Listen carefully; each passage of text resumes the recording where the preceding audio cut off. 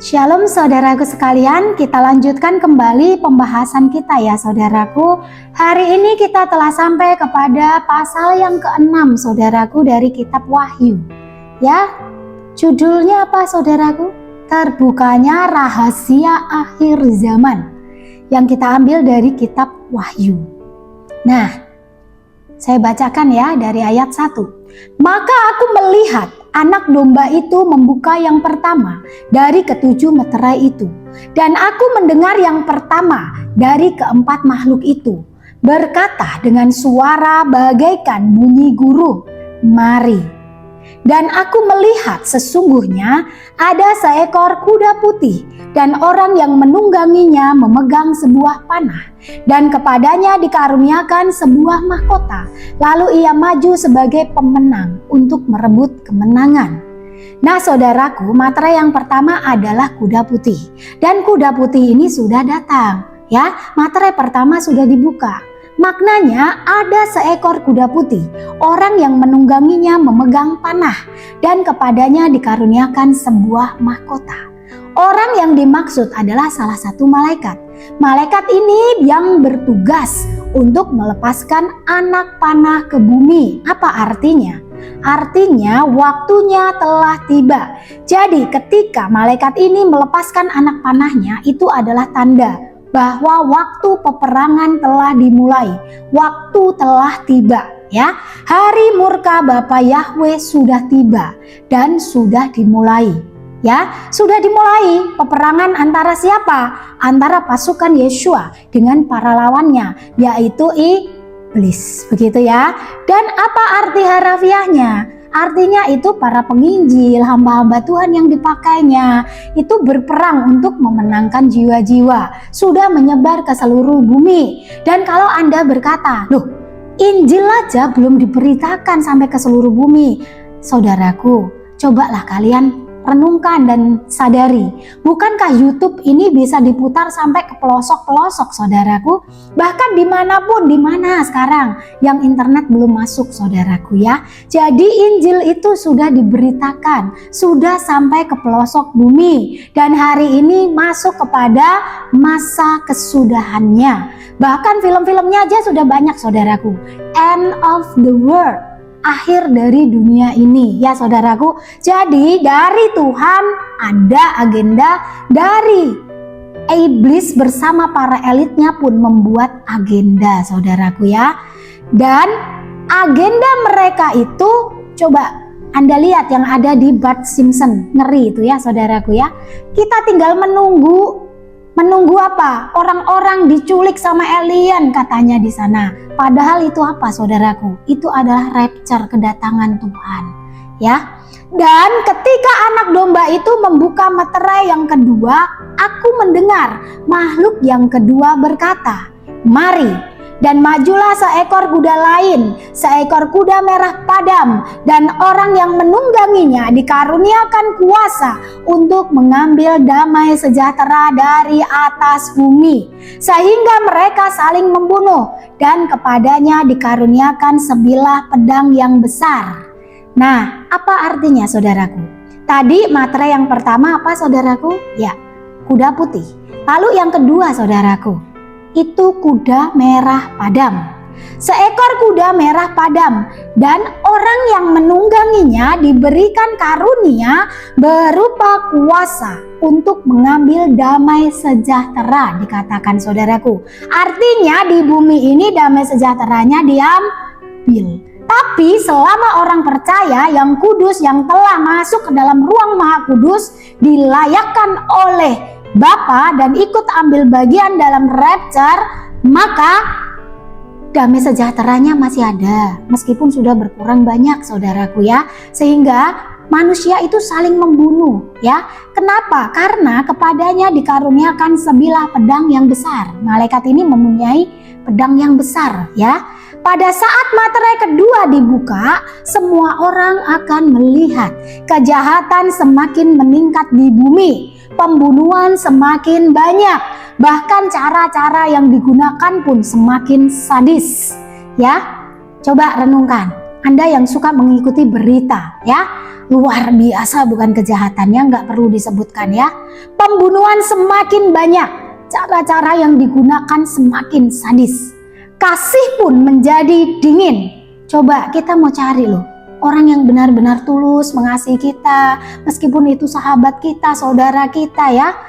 Bahkan orang tua kita sendiri pun loh saudaraku, kasihnya semakin dingin ya saudaraku. Kenapa? Karena semua orang berorientasi kepada uang ya, money oriented ya.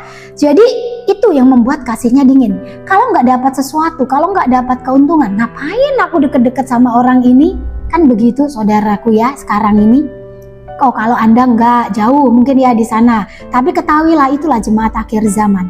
Tidak dapat lagi saling mempercayai karena akan semakin langka untuk menemukan orang-orang yang dapat dipercaya. Ya saudaraku, benar atau tidak yang saya katakan? Sangat sulit mendapatkan orang yang dipercaya ya saudaraku. Nah, dan ketika materai kedua itu dibuka saudaraku ya, manusia itu semakin mudah tersinggung dan menyukai yang namanya pertengkaran ya.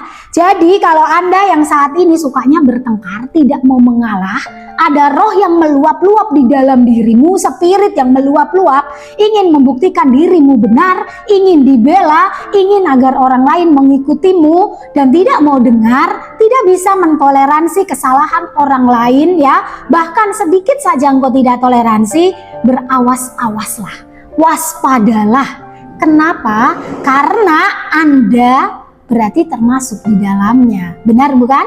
Dan suntikan yang Anda terima itu juga memicu ya, memicu emosi Anda. Jadi akan lebih sulit mengendalikan diri. Mereka akan kehilangan akal budi, ini yang dikatakan ya saudaraku ya. Mereka menjadi semakin bodoh dan bertindak di bawah kontrol ya, di bawah kontrol loh saudaraku ya. Saudaraku, kemarin ketika saya habis mengisi YouTube ini begitu ya, mempersiapkan yang harus disampaikan kepada Anda dan selesai direkam semuanya, saya diarahkan Bapak Yahweh Yeshua Hamasiah untuk membuka YouTube saya begitu ya. Kemudian seperti biasa ketika orang lain belum melihatnya, saya sudah melihatnya. Itu biasa dari dulu sejak zaman sebelum pandemi saudaraku ya. Tapi mungkin kalau yang sekarang ini ya Anda sudah tahulah, pasti sudah ditayangkan kok. Apa itu? Tentang apa saudaraku ya? Jadi itu adalah tentang sebentar saudaraku, saya cari ya. Sebentar saja. Baik, ini tentang seseorang ilmuwan yang bernama, jadi dia adalah Godfather-nya si AI ya. Jadi Godfather-nya si AI ini ya, Godfather-nya tuh berarti apa saudaraku? Penciptanya ya. Dia itu menyadari, menyesal sehingga dia keluar dari Google karena penemuannya ini ya. Jadi beliau yang menciptakannya, tetapi beliau ini menyesali ya, menyesali sampai memutuskan untuk mengundurkan diri dari Google. Mengapa demikian? Karena dia tahu bahwa yang dia ciptakan ini nanti akan di luar kontrol. Bagaimana tidak saudaraku? Siapa itu yang bisa memberikan yang namanya robot kok ada empatinya? Bisa menangis, bisa tertawa ya, bahkan bisa dijadikan istri, bisa dijadikan pacar ya. Jadi saudaraku, itu bukan murni robot ya, ada spirit yang akan menggunakannya. Dan Anda pasti bisa menebaknya. Bahkan yang namanya alien, percayalah itu nggak ada ya. Kalaupun ada sosoknya itu diciptakan. Karena hanya ada yang namanya iblis. Iblis memakai yang namanya alien. Sekarang dia memakai yang namanya AI robot. Dan itu sudah dikatakan juga dalam kitab Wahyu pembahasan kita nantinya ya. Robot yang bisa hidup, yang bisa bersuara, bisa menyembuhkan, bisa melakukan banyak pekerjaan, bisalah jadi semuanya dia ya. Jadi saudaraku, bahkan ada loh filmnya ya, filmnya tentang AI ini ya saudaraku ya. Dan dia menggantikan, jadi seolah-olah dia adalah pencipta. Nanti dia menciptakan robot-robotnya sendiri saudaraku ya. Dan itu namanya nirmata, tidak terlihat oleh mata. Itu ada filmnya, tapi sekarang sudah dihapus. Jadi lebih baik tidak saya sebutkan apa filmnya ya. Karena sudah dihapus, saya cari lagi sudah tidak ada ya. Nah, jadi saudaraku, manusia semakin mudah tersinggung. Apakah Anda salah satunya atau saya juga? Dan menyukai pertengkaran ya. Kalau saya nggak suka pertengkaran saudaraku ya, jauhlah semua itu. Mereka akan kehilangan akal budi. Mereka menjadi semakin bodoh dan bertindak di bawah kontrol. Manusia tidak lagi dapat mengendalikan dirinya sendiri. Hati-hati. Ada juga filmnya ya, di tahun 2030 tiba-tiba orang yang bekerja, yang sedang jalan, yang sedang menyetir, tahu-tahu pada mati semua. Kenapa? Karena gelombang FG yang diaktifkan, juga karena sinyal yang diterima di dalam tubuh kita dari suntikan-suntikan yang telah dimasukkan ke dalam tubuh Anda ya. Kalau saya nggak terima sama sekali, bersih saya ya. Sehingga malaikat yang menunggangi kuda merah padam diberikan pedang yang besar untuk membinasakan manusia yang sudah dungu seperti keledai. Jadi kalau manusia itu sudah di bawah kontrol semua, untuk apa mereka hidup? Jadi harus dibinasakan ya, harus dibinasakan oleh malaikat, iya, tapi dengan memakai bantuan dari para elit ini yang mengontrol semuanya. Jadi jangan percaya-percaya saja, selamatkan dirimu ya. Pemerintah boleh kita ikuti, boleh kita hargai, tapi kalau berkenaan dengan keselamatan jiwa, keselamatan tubuh kita, keselamatan roh kita, jangan diikuti saudaraku ya. Jangan, bukan berarti kita pemberontak, bukan ya. Karena kita hanya boleh tunduk, boleh takut, boleh mengikuti yang namanya Yeshua HaMasyiah, bukan yang lainnya saudaraku ya. Nah saudaraku, saya lanjutkan. Dan ketika anak domba itu membuka meterai yang ketiga, aku mendengar makhluk yang ketiga berkata, mari.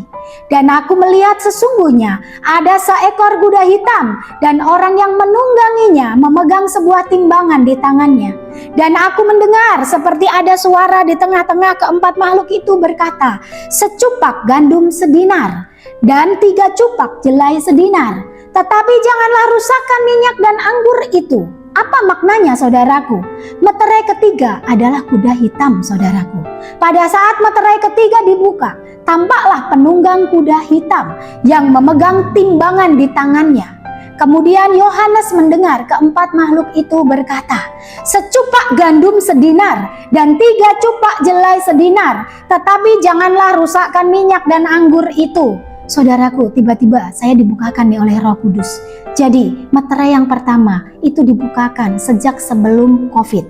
Tetapi meterai yang kedua itu dibukakan pada waktu COVID. Ya, jadi Anda dikontrol ya. Jadi apa yang dimasukkan ke dalammu itu adalah untuk mengkontrol hidupmu, untuk mengontrol otakmu. Maka dari itu bagi Anda jangan menggenapinya ya. Paling tidak nanti kalau kontrolnya itu ya diaktifkan gelombangnya saudaraku, Anda itu ya kalau misalkan gelombang radio ya Anda itu baru AM lah ya, IM lah ya, belum FM begitu ya, belum yang tercanggih begitu. Jadi Anda nanti tidak langsung tergeletak, tetapi ya krek seperti itulah ya. Nah, jadi itu sudah dibukakan ya saudaraku ya, sudah dibukakan. Jadi jangan lagi menolak dan jangan lagi mengatakan mengarang gitu ya, sok tahu kamu gitu. Saya mah nggak sok tahu, karena ini ada di dalam meterai yang kedua saudaraku ya, itu maksudnya ya saudaraku ya. Dan kenapa itu tadi saya masih harus masuk nih ke meterai kedua? Menyukai pertengkaran, menjadi bodoh, kehilangan akal budi. Saya pernah melihat saudaraku, mereka sebelum memakaikannya kepada kita manusia, mereka menggunakan tikus sebagai percobaan, juga monyet. Ya, tikus ini yang diberikan nanoteknologi ini, yang dikontrol ini, saudaraku, dia bisa dibuat.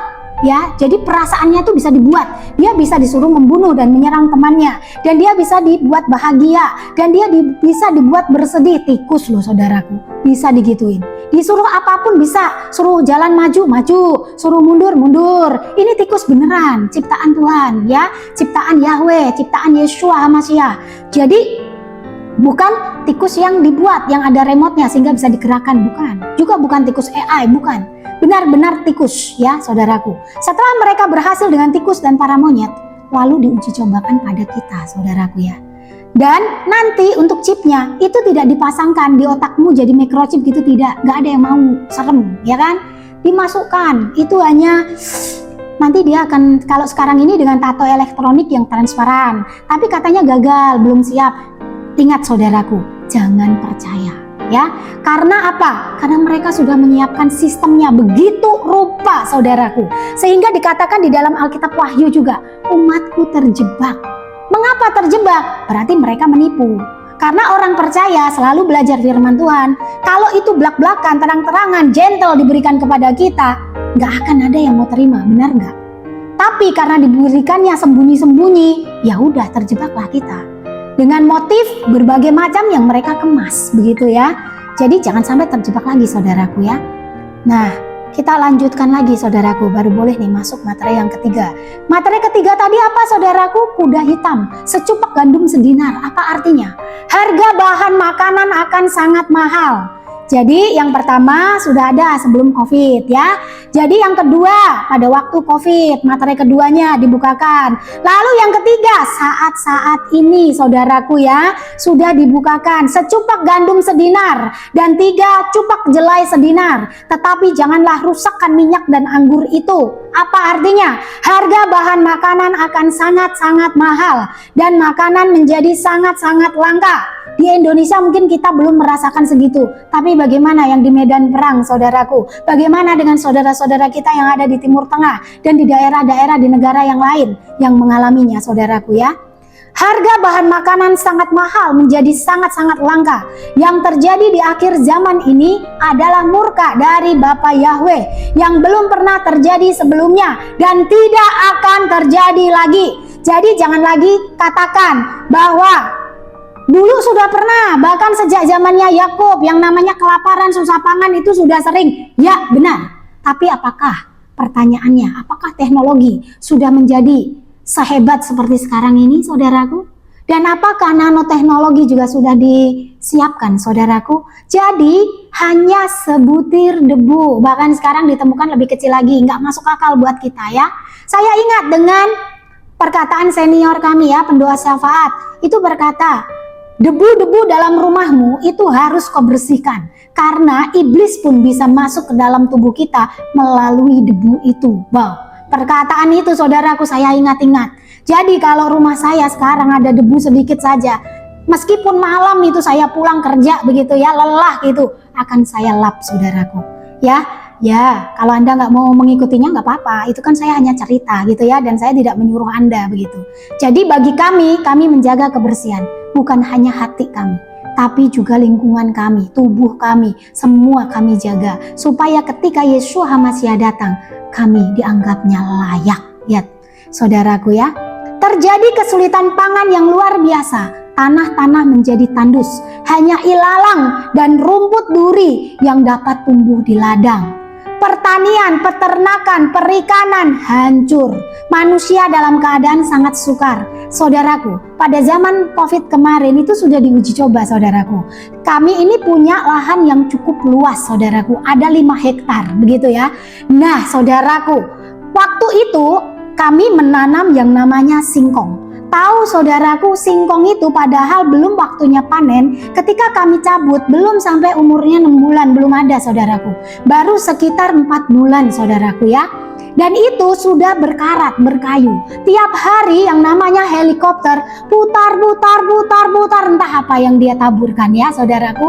Kemudian tanaman-tanaman buah itu menjadi rusak saudaraku ya. Pisang-pisang juga menjadi layu semuanya. Kalaupun bisa sampai tua, busuk saudaraku, yang nggak enak, kayak stres gitu ya, dalamnya ada coklat-coklatnya. Mangga juga sama, semuanya, hampir semuanya kecuali durian. Durian malah bertambah subur saudaraku ya. Nah, jadi saudaraku, itu sudah diuji cobakan saudaraku ya. Nah, makanya kita nggak boleh santai-santai saudaraku. Apapun persiapan kita saat ini loh, kita mau tanam di lahan seluas apapun, bahan pangan kita tumpuk sebanyak apapun saudaraku, tidak bisa. Karena apa? Perlindungan kita adalah gunung batunya Tuhan itu sendiri, Yeshua HaMashiach, Bapa Yahweh. Jadi yang perlu kita siapkan, nggak usah panik ke sana sini. Siapkan, berani mati, berani rapture ya, berani menghadapi antikris, itu yang harus disiapkan ya. Kuatkan imanmu, anak-anakmu yang masih bayi, masih kecil pun engkau harus tanamkan ya saudaraku ya. Tanamkan saudaraku, tanamkan bahwa mereka harus berani berkorban menjadi martir-martirnya Bapa Yahweh, Yeshua HaMashiach ya saudaraku. Nah, dan ketika anak domba itu membuka meterai yang keempat, aku mendengar suara makhluk yang keempat berkata, mari. Wow, kita sudah masuk nih materai yang keempat saudaraku. Tapi sebelum masuk materai yang keempat, tadi pagi saya mendapatkan chat dari seorang ibu yang berada di Jakarta. Beliau bertanya, kak atau ibu ya, lupalah saya ya. Nah, itu kami apakah harus pindah dari Jakarta? Saudaraku, Jakarta itu seperti LA. Coba perhatikan saudaraku, kebakaran di mana itu, mulai dari Kemayoran, sudah padam belum? Merambat, ya kan? Terus BMKG mengatakan gempa megatrust, Jakarta akan tenggelam, segala macam. Saudaraku, iblis itu ketika melakukan segala sesuatu juga selalu memberitahukan agendanya. Ya, sama Tuhan juga ketika akan melakukan segala sesuatu atas bumi ini, tidak pernah Tuhan tidak memberitahu hamba-hambanya dulu. Pasti diberitahu saudaraku ya. Karena apa? Itu namanya fair, namanya adil. Yang sering gak adil, gak fair tuh kita manusia ya, suka nusuk dari belakang. Jadi temannya sampai kepahitan, buat temannya sakit hati, kecewa. Tapi sebetulnya kalau iblis itu justru fair, karena dia kasih tahu, nih loh agendaku, aku mau melakukan ini.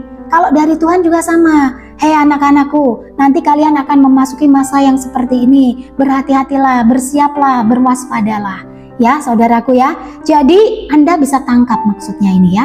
Tapi saya sekali lagi bilang, yang terpenting bukan ketakutan, yang terpenting siapkan mental. Saya tuh diingatkan dengan film Titanic.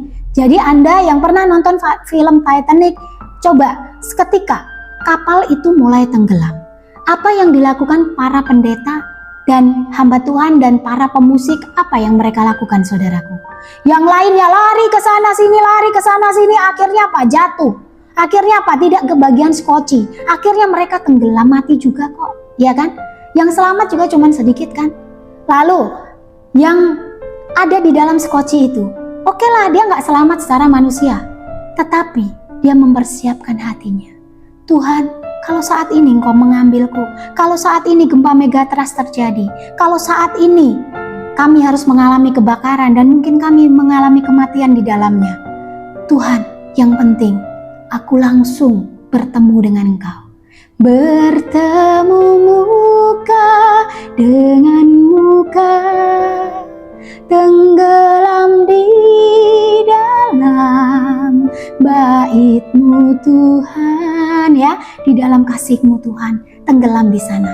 Jadi jangan takut. Apa sih yang kau takutkan? Ya, iya kalau mau jual, mau pindah dari sana langsung laku. Lah kalau enggak, ya. Jadi apapun itu tetap tenang. Siapkan hatimu menyambut kedatangan Tuhan, baik secara universal maupun secara pribadi dalam hidup kita, saudaraku ya. Jadi kalau ada yang mengatakan, kamu sesat ya, memberitakan akhir zaman, dari dulu sudah dikatakan dari nenek moyangmu sampai sekarang belum terjadi.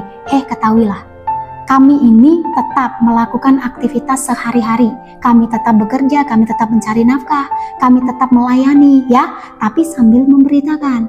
Yang sesat itu kalau ada ajaran selain yang dari Alkitab suci, itu baru namanya sesat ya. Dan kalau kami masih mengacu kepada Alkitab, kami hanya membukakan isinya. Dan itu tidak bisa dari otak kami. Siapa yang bisa membukakan kitab Wahyu sampai hari ini, detik ini, dan bisa jelas ya, bisa langsung Anda mengerti siapa ya, kalau bukan Roh Kudus itu sendiri. Bahkan saya sebagai penulisnya baca lagi itu loh ya, setelah lupa lagi ya. Setelah saya baca, lupa lagi. Kecuali sekarang ini udah berapa puluh kali saya membaca tulisan yang diberikan oleh Roh Kudus ini ya. Nah, terus saudaraku, kita akan masuk ke dalam meterai yang keempat saudaraku ya. Kuda hijau kuning ya. Kuda hijau kuning, meterai yang keempat. Sebentar. Dan ketika anak domba itu membuka meterai yang keempat ya. Camkan itu, siapa yang membuka meterainya? Anak domba. Anak domba itu siapa? Yesua ya. Aku mendengar suara makhluk yang keempat berkata, mari. Dan aku melihat sesungguhnya ada seekor kuda hijau kuning dan orang yang menungganginya bernama Maut dan kerajaan maut mengikutinya. Dan kepada mereka diberikan kuasa atas seperempat di bumi untuk membunuh dengan pedang, maksudnya seperempat manusia di bumi ya, dan dengan kelaparan dan sampar dan dengan binatang-binatang buas yang di bumi. Apa maknanya saudaraku? Meterai keempat bicara tentang kuda hijau kuning. Masih ingat saudaraku, yang pertama apa? Kuda putih. Yang kedua, kuda merah padam. Yang ketiga, kuda hitam ya saudaraku, atau kebalik saya. Oh maaf, bentar. Ya benar, meterai ketiga kuda hitam, betul saudaraku ya, saya tidak terbalik. Karena meskipun saya yang menulis, karena ini dari Roh Kudus, jadi saya tidak bisa langsung seperti fotokopian ya. Nah, meterai yang keempat, kuda hijau kuning. Pada puncak murka Bapa Yahweh akan terjadi pertempuran yang hebat dan dahsyat. Nah ini loh yang kalian tanyakan tentang Armageddon. Peperangan itu semakin besar yang dimulai dari lambang warna hijau kuning. Coba saudaraku, coba kalian ingat, kita refresh lagi ingatan kita.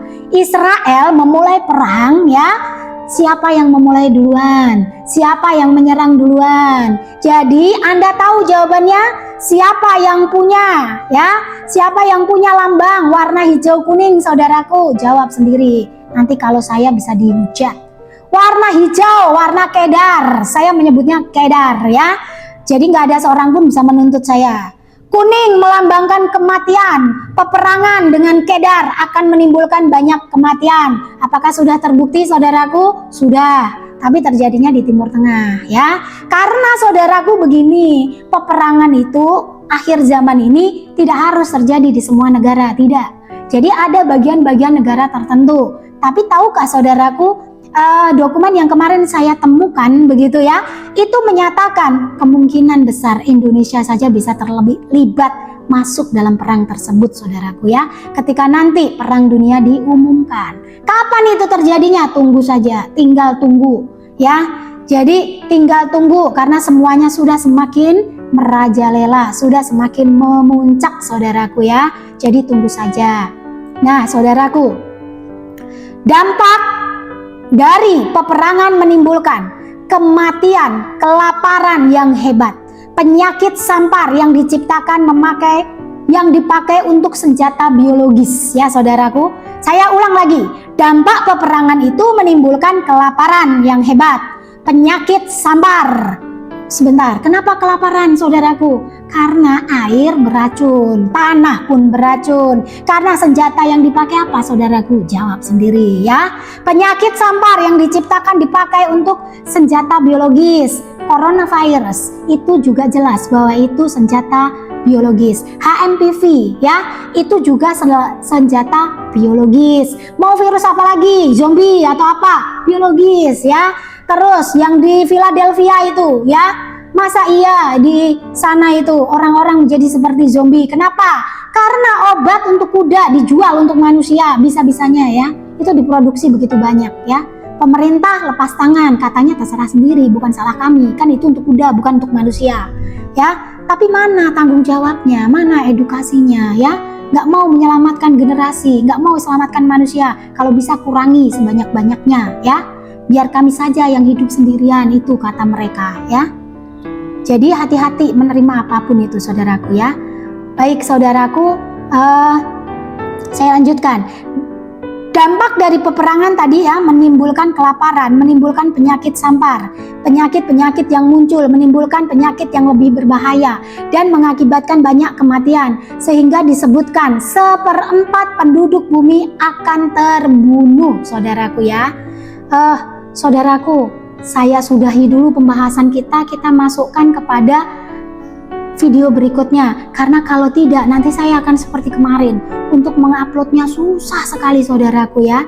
Jadi nanti Anda ini kan lanjutan ya, part 2, langsung masuk part 3 ya. Kami usahakan untuk hari ini juga diupload saudaraku ya. Baik, Yesus Hamasiah memberkati. Saya lanjutkan ya nanti ya, makna dari materai yang keempat ini ya saudaraku ya. Baik, Yesus Hamasiah memberkati. Amin.